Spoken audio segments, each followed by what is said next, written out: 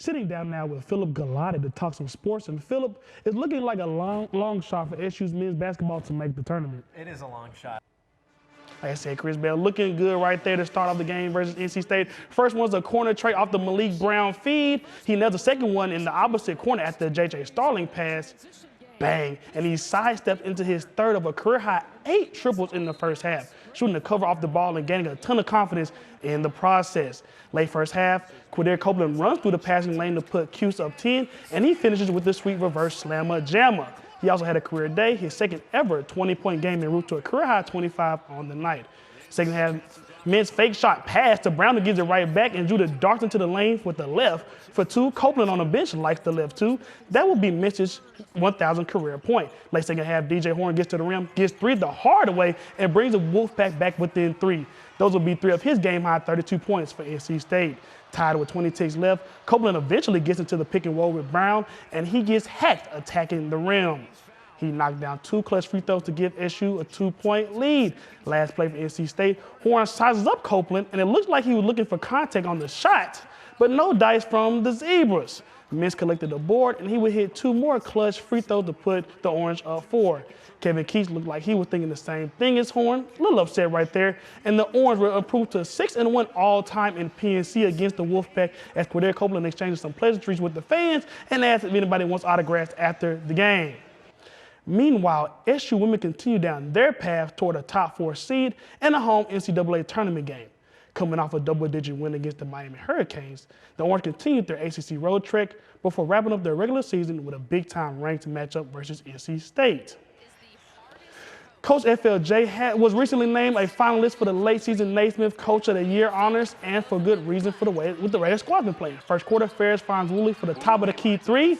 Bang! Mike Breen status, and SU started the game red hot, jumping out to an 8-point lead.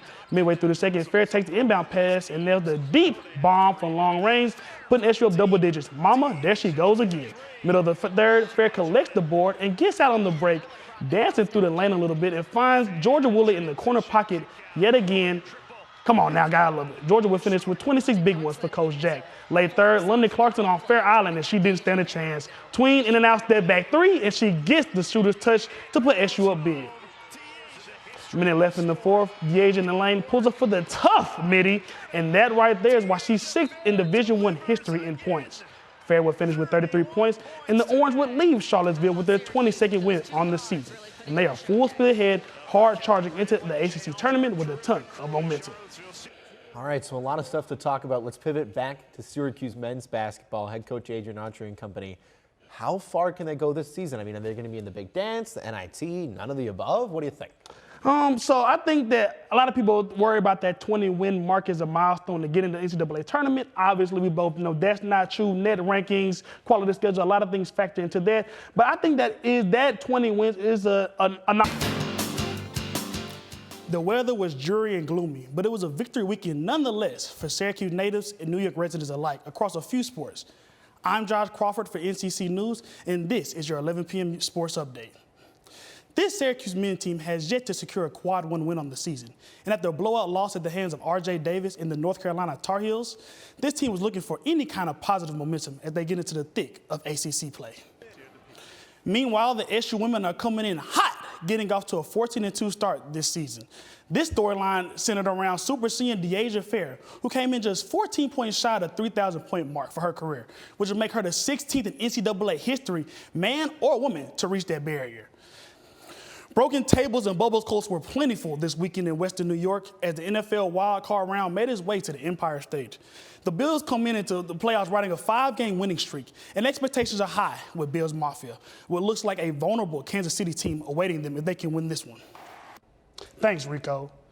After missing out on the 2023 iteration due to the weather being too nice, Jonathan Kinane tells us how the Syracuse Pond Hockey Classic had to adopt and overcome to make a return in 2024. Jonathan? Winter we were expecting this year in Syracuse.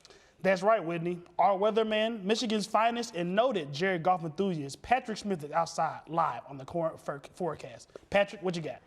According to CNY Central, an Onondaga County Sheriff's Office spokesperson confirms that the male inmate was hospitalized at Upstate University Hospital for at least one full day. Are on the property that was formerly a Starbucks on West Jefferson Street. Now, I don't know about you, Josh, but I absolutely love when new restaurants in Syracuse open. Do you have any favorites? Well, whenever Schoolyard Bagels open up, eventually, I will be there to check it out. I actually just got a burger from Allen Angus about 2 weeks ago, watching the Texans play. They beat up on somebody. So that sounds like if he can have the same quality at the first restaurant at the second location, I think it'll just add to the abounding options that we have in the 315 area. So you would say your go-to food is like burgers? No, I was in the mood for a burger. In a bar, it's kind of a good scenery to watch a football game. If I had to say my food of choice, probably seafood. Yeah. Shrimp, salmon, crab, lobster. Like it's really hard to mess with lobster, well, with seafood in general, because it's just so much variety, so much flavor. Yeah, no, I have to get on board behind that. Now, Tyler, obviously, like you said, coming off a loss like that, if there are any, what are the silver linings you can take from a loss like this? Well, one of them would. So talking about the upcoming contest they have versus Wake Forest this weekend, what's the number one adjustment Syracuse has to make before taking on Hunter Silas and the Demon Deacons? Well, the big. Thanks, Tyler, and then we'll be back with women's basketball for SU coming after the break.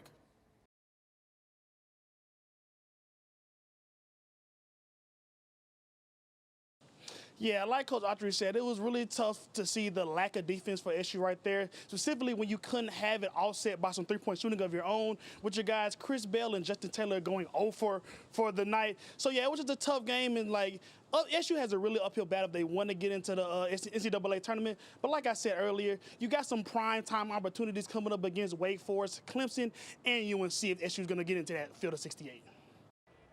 Spallina, fresh off getting his 100th career point last game, looked to lead SU on the charge. Low-scoring game going into the third, but Luke Roja goes across his body for the goal and to bring SU within the point.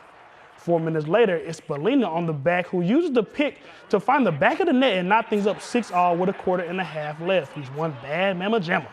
Fourth quarter right there, midi Michael Leo jockeying position with the double spin, and he bangs it home with 10 minutes left to put the Orange ahead by 1. He led SU with 3 points on the day.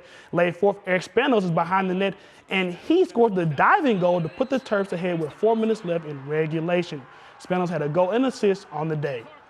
A minute left, SU looking for answers, and Christian Moulay gives it to him, banging home the top left shot, sending us to OT.